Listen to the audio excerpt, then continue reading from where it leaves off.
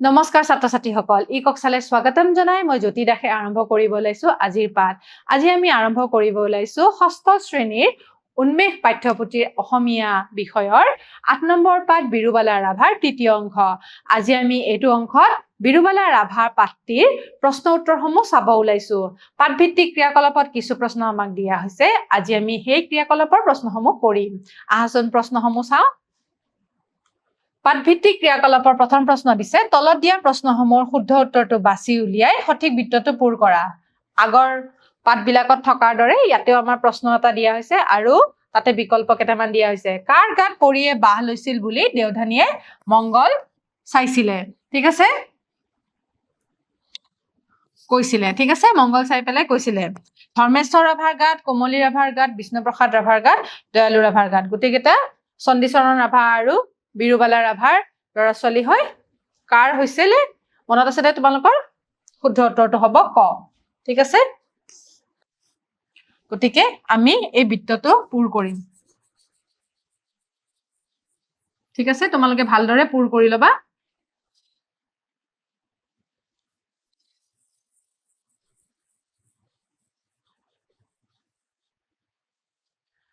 এতিয়া আমি তাৰ পিছৰ প্ৰশ্নটো চাম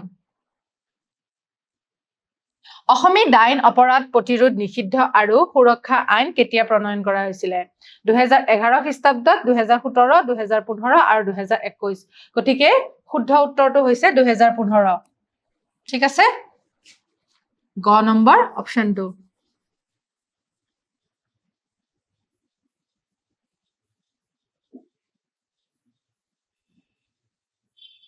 আমি এইদৰে বৃত্তটো পূৰ কৰি লম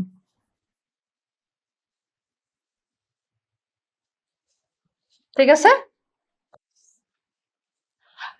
তলত দিয়া প্ৰশ্নকেইটা উত্তৰ কোৱা আৰু লিখা বিৰুবালা ৰাভাৰ কেনে ধৰণৰ স্বভাৱে সকলোকে আকৰ্ষিত কৰিছিলে গতিকে তোমালোকে পাঠটোত পাইছাই কি স্বভাৱ আছিলে তেখেতৰ বিৰুবালা ৰাভাৰ অমায়িক আৰু সাহসী স্বভাৱে সকলোকে আকৰ্ষিত কৰিছিলে গতিকে আমি উত্তৰটো এইদৰে লিখিব পাৰো ঠিক আছে বিৰুবালা কিয় শিক্ষকৰ প্ৰিয় ছাত্ৰী আছিলে বিৰুবালাৰ নেতৃত্ব স্বভাৱ গুণ আৰু বিদ্যালয়ৰ সকলো কামতে আগৰণুৱা আছিল বাবে তেওঁ শিক্ষকৰ প্ৰিয় পাত্ৰ আছিলে গতিকে বিৰুবালা ৰাভাৰ নেতৃত্বসুলভ গুণৰ কাৰণে আৰু সকলো কামতে আগৰণুৱা আছিল কাৰণে শিক্ষকৰ প্ৰিয় পাত্ৰ আছিলে বিৰুবালা ৰাভাৰ লগত ডাইনী বিশ্বাস বিৰোধী অভিযানত অংশগ্ৰহণ কৰা সংগঠনটোৰ নাম কি আছিলে বিৰুবালা ৰাভাৰ লগত ডাইনী বিশ্বাস বিৰোধী অভিযানত অংশগ্ৰহণ কৰা সংগঠনটোৰ নাম আছিলে মিছন বিৰুবালা ঠিক আছে বিৰুবালা ৰাভাৰ মিছন বিৰুবালা অভিযানক অসম চৰকাৰে কি হিচাপে স্বীকৃতি দিছিলে বিৰুবালা ৰাভাৰ মিছন বিৰুবালা অভিযানক অসম চৰকাৰে ৰাজ্যিক অভিযান হিচাপে স্বীকৃতি দিছিলে গতিকে উত্তৰটো আমি এইদৰে লিখিব পাৰো ৰাজ্য চৰকাৰে বিৰুবালা ৰাভালৈ কি বঁটা আগবঢ়াইছিলে ৰাজ্য চৰকাৰে বিৰুবালা ৰাভালৈ সতী সাধিনী বঁটা আগবঢ়াইছিলে গতিকে ৰাজ্য চৰকাৰৰ ফালৰ পৰা সতী সাধিনী বঁটা তেওঁ পাইছিলে ঠিক আছে ভাৰত চৰকাৰে বিৰুবালা ৰাভাক কি সন্মান যাচিছিলে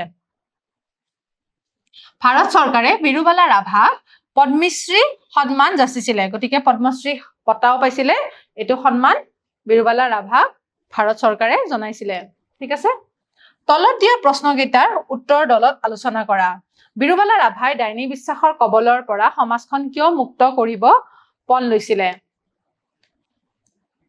ডাইনী সন্দেহত বহু নাৰীক হত্যা কৰা হৈছিলে বিৰুবালা ৰাভাই এই অন্যায় ৰোধ কৰিবৰ বাবে সমাজখনক মুক্ত কৰিবলৈ পণ লৈছিলে গতিকে ডাইনী সন্দেহত বহু লোককে হত্যা কৰা হৈছিলে আৰু এই অন্যায়ৰ বিৰুদ্ধে সমাজখনক মুক্ত কৰিবৰ কাৰণে বিৰুবালা ৰাভাই প্रण লৈছিলে মিছন বিৰুবালা অভিযানে ডাইনী বিশ্বাসৰ বিৰুদ্ধে কেনেদৰে কাম কৰিছিলে 2011 খ্ৰীষ্টাব্দত বিৰুবালাই অসম মহিলা সমতা ছচাইটিৰ লগ হৈ মিছন বিৰুবালা নামেৰে এক অভিযান আৰম্ভ কৰিছিলে এই অভিযানক অসম চৰকাৰে ৰাজ্যিক অভিযান হিচাপে স্বীকৃতি দিলে এই অভিযানৰ যোগেদি ৰাভাই ডাইনী বিশ্বাসৰ বলি হোৱা 50ৰো অধিক লোকৰ জীৱন ৰক্ষা কৰিলে গতিকে মিছন বিৰুবালাই কি কাম কৰিছিলে সেইখিনি আমি এইদৰে লিখিব পাৰো আৰু কি কৰিছিলে চোৱাচোন, লগতে ব্যক্তিগত প্ৰচেষ্টাৰে তেওঁ ৩৫ গৰাকী লোকৰ প্ৰাণ ৰক্ষা কৰিলে। বিৰুবালা ৰাভাৰ লগতে মিছন বিৰুবালা অভিযানৰ ডাইনী বিৰোধী আন্দোলন সমগ্ৰ অসমৰ মানুহৰ দৃষ্টি আকৰ্ষণ কৰিলে। গতিকে এই মিছন বিৰুবালা অভিযান যেতিয়াৰ পৰা আহিলে আমাৰ অসমৰ মানুহবিলাকেও এই বিষয়ে গম পালে। ২০১৫ খ্ৰীষ্টাব্দত অসম চৰকাৰে অসম ডাইনী অপৰাধ প্ৰতিৰোধ নিষিদ্ধ আৰু সুৰক্ষা আইন প্ৰণয়ন কৰিলে। আৰু মিছন বিৰুবালাৰ কাৰণেই ২০১৫ খ্ৰীষ্টাব্দত অসম চৰকাৰে অসম ডাইনী অপৰাধ হয় যে সেইটো তাৰ ওপৰত এখন আইন প্ৰণয়ন কৰিলে। এই আইন অনুসৰি ডাইনী হত্যাত জড়িত লোকসকলৰ জামিনবিহীন ধাৰাত গ্ৰেপ্তাৰ কৰিব পাৰি। গতিকে এই আইনৰ অনুসৰি ডাইনী হত্যাত জড়িত লোকসকলক গ্ৰেপ্তাৰ কৰা হ'ল, তেওঁলোকক শাস্তি প্ৰদান কৰা হ'ল।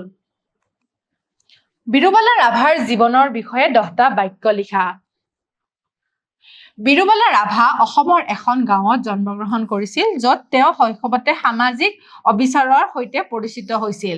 বিশেষকৈ তেওঁ ডাইনী আখ্যা দি মহিলাক হত্যা কৰা বা উৎপীড়ন কৰাৰ বিৰুদ্ধে কাম কৰিছিল। তেওঁৰ সমাজ সেৱাৰ বাবে তেওঁ বিভিন্ন বঁটা আৰু সন্মান লাভ কৰিছে, যেনে 2021 চনত পদ্মশ্ৰী বঁটা।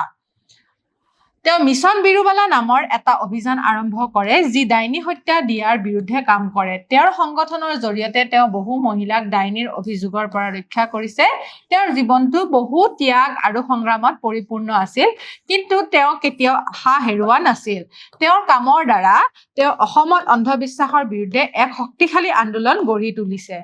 ঠিক আছে, গতিকে বিৰুবালা ৰাভাৰ বিষয়ে আমি এইদৰে লিখিব পাৰোঁ। অসম চৰকাৰে তেওঁৰ অসাধাৰণ সমাজ সেৱাৰ বাবে বিভিন্ন বঁটাৰে সন্মানিত কৰিছে। তেওঁৰ জীৱনৰ কাহিনীয়ে আজিৰ যুৱ প্ৰজন্মক সমাজৰ বিৰুদ্ধে যুঁজ দিবলৈ আৰু সত্যৰ বাবে থিয় দিবলৈ অনুপ্ৰাণিত কৰে। গতিকে বিৰুবালা ৰাভাৰ বিষয়ে আমি এইদৰে লিখিব পাৰোঁ। অন্ধবিশ্বাসে মানুহক কিদৰে বিপদত পেলাই দলত আলোচনা কৰি লিখা। অন্ধবিশ্বাস হৈছে যুক্তিবিহীন বিশ্বাস, যাৰ ফলত মানুহে ভুল সিদ্ধান্ত লয়। বহু সময়ত অসুখ বেমাৰত ডাক্তৰৰ পৰামৰ্শ লোৱাৰ পৰিৱৰ্তে তান্ত্ৰিক বা বেজালী বেজে কৰা যিখিনি নিয়ম সেইখিনিক বেজালী বুলি কয়, বিশ্বাস কৰি চিকিৎসাৰ সুযোগ নষ্ট হয়। তেতিয়া মানুহৰ জীৱনলৈ বিপদ আহিব পাৰে। যেতিয়া এইবিলাক তান্ত্ৰিক বা বেজালীৰ ওচৰত গৈ পেলাই চিকিৎসা কৰাৰ ফলত যেতিয়া চিকিৎসাৰ সুযোগ নাপায়, সুফল নাপায়, তেতিয়া মানুহে চিকিৎসকৰ ওচৰত যাওঁতে সময়হে নষ্ট হয় আৰু বিপদে আহিব পাৰে। আনহাতে কিছুমান লোকে কুসংস্কাৰৰ বিশ্বাস কৰি ধন সম্পত্তি নষ্ট কৰে আৰু এই কুসংস্কাৰ অন্ধবিশ্বাসৰ কথা ভাবি পেলাই নিজৰ ধন সম্পত্তিহে নষ্ট কৰে। ঠিক আছে, অন্ধবিশ্বাসৰ ফলত সমাজত কেতিয়াবা বিভেদ, হিংসা আৰু অশান্তিৰ সৃষ্টি হয়। ই মানুহৰ চিন্তা শক্তি হ্ৰাস কৰে আৰু স্বাভাৱিক জীৱন বিঘ্নিত কৰে।